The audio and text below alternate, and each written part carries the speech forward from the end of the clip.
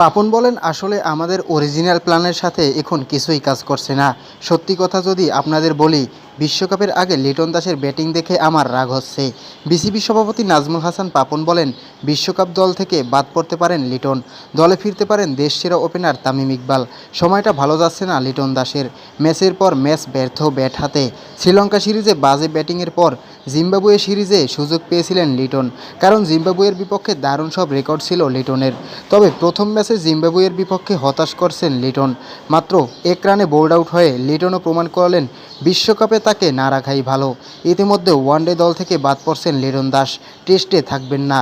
পরের সিরিজে বাকি ছিল শুধু টি-20 ফরম্যাটে, সেখানে বাজে ফর্মের জন্য বাদ পড়তে যাচ্ছেন লিটন দাস। পাপন বলেন, লিটনকে বিশ্বকাপে নাও রাখা হতে পারে, প্রয়োজনে তামিমকে দলে ফেরানো হবে। যেভাবে দল বানালে আমাদের সুবিধা হবে সেভাবে দল বানানো হবে।